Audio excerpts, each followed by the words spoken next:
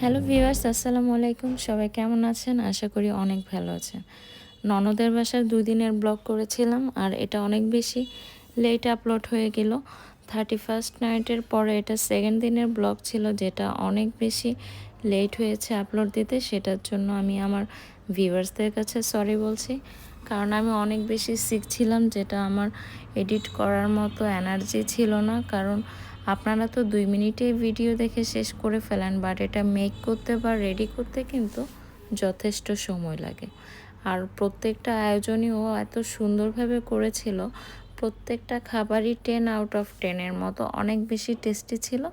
আর এই যে এটা ছিল মোটা চালের বিরিয়ানি, সবসময় তো চিকন চালের বিরিয়ানি খাই, তাই এটা সেদিন সে মোটা চাল দিয়ে করেছিল।